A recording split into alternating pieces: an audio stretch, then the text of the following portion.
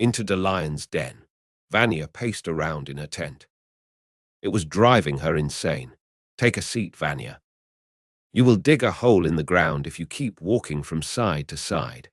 I am sorry, Your Majesty, but what will we do now? He sat opposite her at the desk. Arya had been writing letters to all the big elven houses, requesting their allegiance to Nasuada's cause. Not requesting, demanding. After much discussion, the human queen managed to convince Arya that standing ground against Orin was the best to do. He impeded the new rules of magic throughout the whole land. If his magicians were to be uneducated, nothing could stop them from hurting other people. Besides, Nasuada never wished to be more than she was, but Orin did. That was dangerous. Arya had to agree. In her turn, Nasuada promised, however, to only scout and react, never attack first. That last part was a request from the Order, not the elves, who didn't mind who attacked first as long as their interest was met. You will ride to do Weldenvarden in the first light and deliver these letters. They should gather, ready to march south in a week after your arrival. What if they resist? What if they choose not to fight? They will be challenging royal orders, and that should be considered treason.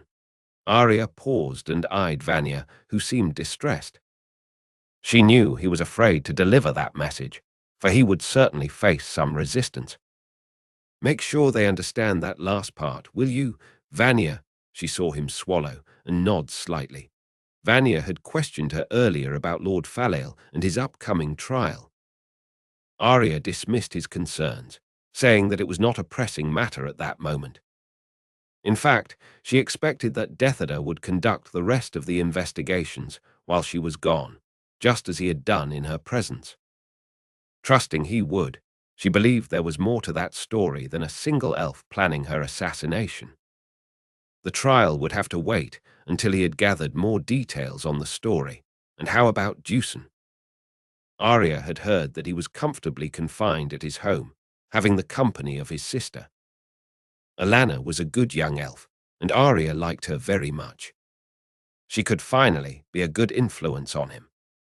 A dragon egg could hatch for her soon, as it had always been expected by the people of Elismera. It would be a great addition to the Order. She nodded as well and waved for him to exit her tent, carrying the letters she wrote. Vanya performed the elven greetings and left. Fernan poked his head into the tent, and Arya smelled burned meat in his breath. It made her stomach cramp with disgust, but she clenched her teeth and kept undisturbed for the sake of their friendship. "Did you have a good meal?" she said low, trying not to inhale more than she had to. He hummed and laid his head on the ground in front of her desk. It was a simple wooden piece of furniture brought by Nasuada's soldiers on the night of Arya's arrival. "You know," she started, standing up and going to sit on her bed, "this position of yours is a very risky one. Orin's soldiers could easily attack you, and you would never know what hit you." Arya knew it would never happen, for both her and Fernan were completely capable of sensing danger, but it still looked funny for her to watch him raise his body at once and exiting her tent, almost destroying the whole structure. She let out a laugh when he cursed inside her mind, and it felt good. It felt like the last days she had were erased from her memory, and the only thing in her mind was the enjoyable part of life, such as teasing Fernan. Feeling his spirit becoming merry like hers, Arya took off her boots and undressed to go to bed. Before falling into her waking dreams, a thought crossed her mind or haunted her mind just to let her not forget. The next day would be of war. Eragon also paced around anxious, impatient. The next morning was when Orin was expected to arrive at the battlefield to face Nasuada's forces for the first time, so he was told. Part of Orin's cavalry had already fought her on the first battle, but it could never compare to the might it had when led by its rightful commander. Why the king had missed the first offense? He couldn't know. It didn't help soothing his nervousness, the fact that Murtagh seemed to be aloof ever since he departed from Illyra, heading north. Rhaenyra would complain very often via scrying of his distant approach to the matters of the dark magicians and the Razak, when he should be taking the lead. It had been 2 weeks since he had arrived in Sunon, and Eragon expected more of him. Maybe now it's time to go, Eragon said, and looked at Saphira, who lounged by his side on the main hall. It was a late night, and those who stayed to smoke by the fire had long gone, leaving the pair to talk among themselves. Maybe it's time to go to bed, you mean, right? He could feel Saphira's exhaustion, but he felt on fire, ready to fight. There's too much going on, and we're here, eating our dinner and smoking by the fire. We should be there, helping. And who would you help first? Because you are only one little man, can't be split in half and sent to 2 different ways. Where would you go? Eragon paused his pacing and turned to face the fire, having Saphira at his back. He placed his hand on the mantel of the fireplace. Are you sure I can't be split in half? That's how I feel most of the time, he whispered more to himself than to her. Oh, little one, I know it's hard to live with the distance, but you know we can't go. Would it be so disastrous if we went? He turned to her, and suddenly his expression was determined. Think about it. What do we do that the others can't? What could go so wrong in our absence? As soon as he asked those questions, in his mind flashes of various situations appeared. It was not put there by the Eldenari, or even Saphira. It was his conscience showing him reason. He knew exactly what could go wrong, and all the duties they had in Mount Anga. He knew that if he left, his students would not have the level of instruction they were set to have. Not that the elves weren't qualified to teach, but they weren't riders. There were things they could never know, therefore pass to others. The Eldenari wouldn't have their faithful protector, the one who promised to guard them and to free the crazed ones from madness. He had come very far with both tasks. He would not fail them now. Besides, he was the administrator of those lands. His people needed him to settle disputes and make decisions every day. It was a job Eragon hated, but until he found a good way to replace him, he could never escape it. If it were possible, Saphira was even more needed east than Eragon. She wouldn't share with anyone else, and even Eragon was let in the dark for most of it. But she had a link with the wild dragons that was too important to leave behind.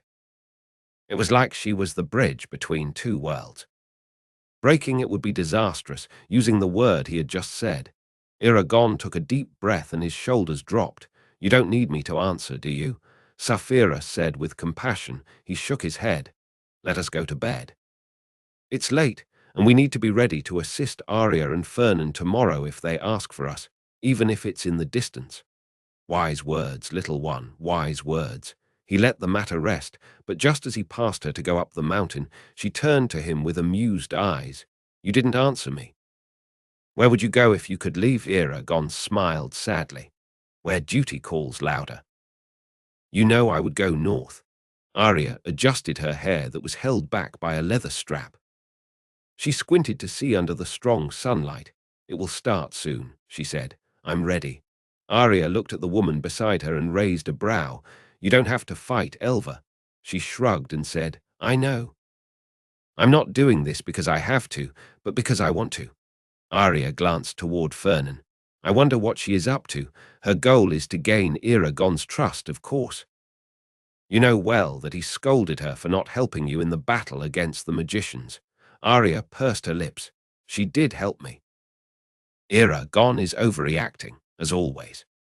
He never expected her to fight for me, but gets angry when she does, just as he anticipates. Fernan snorted with amusement. Don't expect coherence from a desperate lover, my dear. You should know all about it by now. Arya shook her head but didn't reply. She looked at Elva again, that stood by her side wearing a similar armor that Arya bore. A light leather armor, elven made. A silver helmet under her arm, and a sword on her left side. She was ready indeed. Will it not be too much for you to handle? All that pain, Elva shrugged once more, but her brows betrayed her loose demeanor. It will help me. The horn sounded in the distance. Elva put her helmet on and looked at Arya with resolution.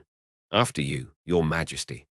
Nasuada's soldiers opened the way so Arya and Elva could march into the battlefield. Many were hateful of an elf and a powered woman just as much as the Surdans, but they refrained from saying anything, seeing the advantage of having them on their side. They arrived by Nasuada's side at the exact moment she ordered her archers to stay in position by the flanks. "Good to see you're still with us, Queen Arya, and you, Elva," Nasuada said from her horse. "I'm still convinced by your arguments, so do not make me change my mind now." Arya could feel Nasuada's stare on the side of her face, but didn't look back at her. "I won't attack first, as you requested." To Arya, Nasuada's words sounded painful to say because Bellatona had been in view of Orin's forces since the conflict had started, for they kept on pushing forward until the city limits were close enough for a future siege. So, she emphasized the importance of keeping him away from the city and avoid any chances of it happening. She acted fast in moving her army to the region to prevent the invasion, but they were already in her territory, which could only mean war to Nasuada. "So, all we have to do is to locate the engines and disable them?" Arya asked, pointing at the Surdan army, positioned half a mile away from theirs. They were little ants all lined up. The night before, during the war council, Nasuada's spy shared the information about Orin's special siege engines. They were engineered to throw explosive projectiles from a great distance. Arya had questioned the usage of those engines in an open field battle, and the spy simply asked her to imagine hundreds of arrows being thrown at once toward an army. Now, imagine those same arrows exploding when hitting the target. They could wipe out a battalion like this.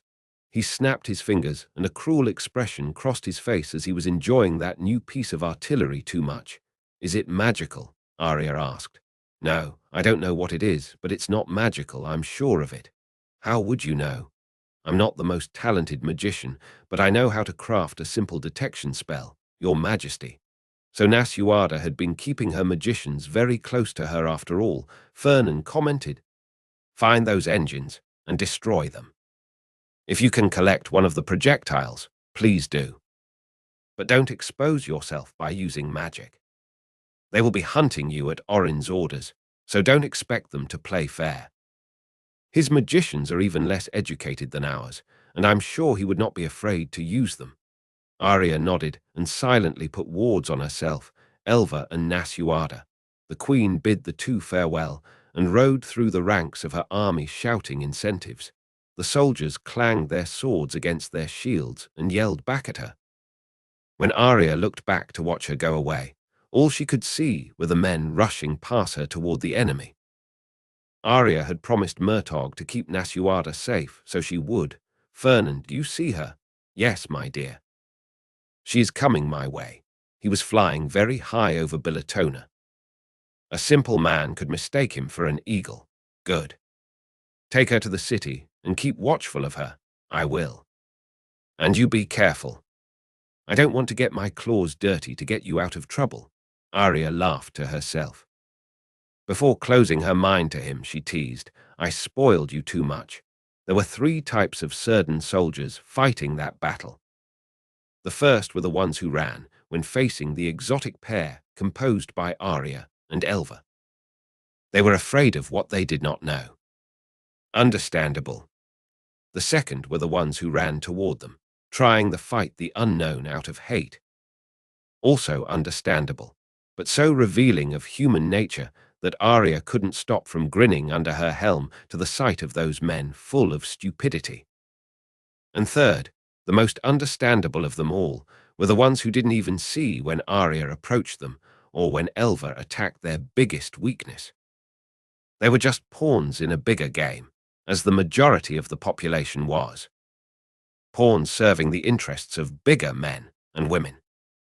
Arya thought they were her biggest weakness as she remembered the commoners she got to rule back home.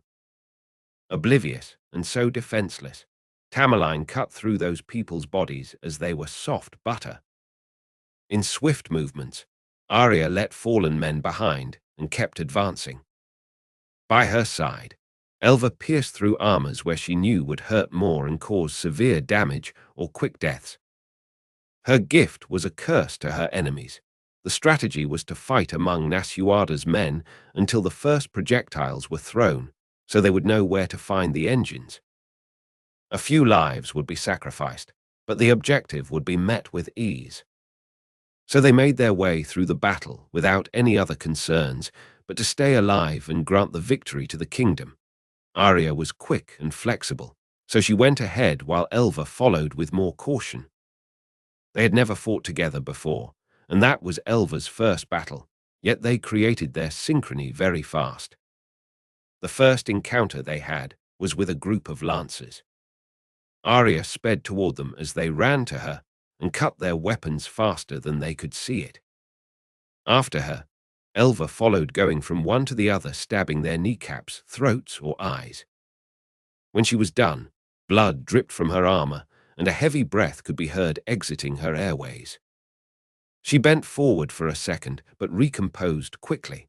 "Are you all right?" Arya asked before they could be reached by the next group of soldiers. Pain tinged Elva's expression, but Arya knew it wasn't hers, but theirs, the men suffering all around her. She nodded and readied to fight again. And so they kept advancing. After dozens of enemies were left dead on the ground, Elva sighted Orin fighting on top of his horse. She began the pursuit after him without Arya could know, being busy with an enemy. It was only when she finished the men that she looked behind to where Elva was supposed to be that she realized the other had run toward the king. There was no other option than to follow her. Their mortal walk led them to the center of the battlefield, while Orin, by the sight of them, rode away, slashing the men on his way out. Arya thought she saw a hint of a smile on his face, for seeing that they found themselves surrounded by enemy troops. There was so much blood that Arya had trouble to differentiate the red capes of Nasuada's men from the blue ones of Orin's soldiers. That was when she realized there were no red capes at all. They were all blue, for in the sky a rain of arrows poured down on them, coming from Nasuada's archers, who formed a circle around the Surdans, protected by her lancers and cavalry. "They don't know we're here," she thought. "We were not supposed to be here. Orin trapped us." "Get down," she screamed and covered her head with her shield, and saw that Elva had done the same. Orin's men fell dead around them as she rose from the ground. The ones that didn't fall tried to run away, but a lot of them were stomped by the stronger ones, forming a mass of trampled bodies. There were even some soldiers that attacked Arya and Elva to die as heroes. But above all, there was no way out unless they reached the edge of that deadly circle, climbed the mountain of fallen man, and were rescued by friendly soldiers. Then they could continue their quest. Elva supported her back on Arya's and shouted to her, panting after burying her sword in 2 or 3 chests. "What do we do now?" "We're trapped. Keep advancing." "Where?" "Orin's direction." "We have a job to do." With the shields, they kept pushing forward, stepping on those who fell, cutting through the ones who didn't. They were pushed around, crushed against the others, but kept going. More arrows were thrown, and the ones that missed their shields were stopped by the wards Arya had put around them before the battle, and at each hit, a bit of her energy was drawn. After another attack, her wards were finally exhausted, and her shield was cast aside, useless. She was hit in the calf, and her forearm was pierced through by an arrow. Arya screamed in pain as she fell to the battered field, and to her surprise, the same sound came out of Elva's mouth, except she was perfectly fine. "We need to fall back." Arya heard Elva saying loud in her ear as she was held by the other who tried to get her up. Silently, Arya agreed to retreat. It was when she remembered why they had to keep with the mission. Added to the screaming voices close to them, desperate voices echoed in the distance before and after a big explosion resounded.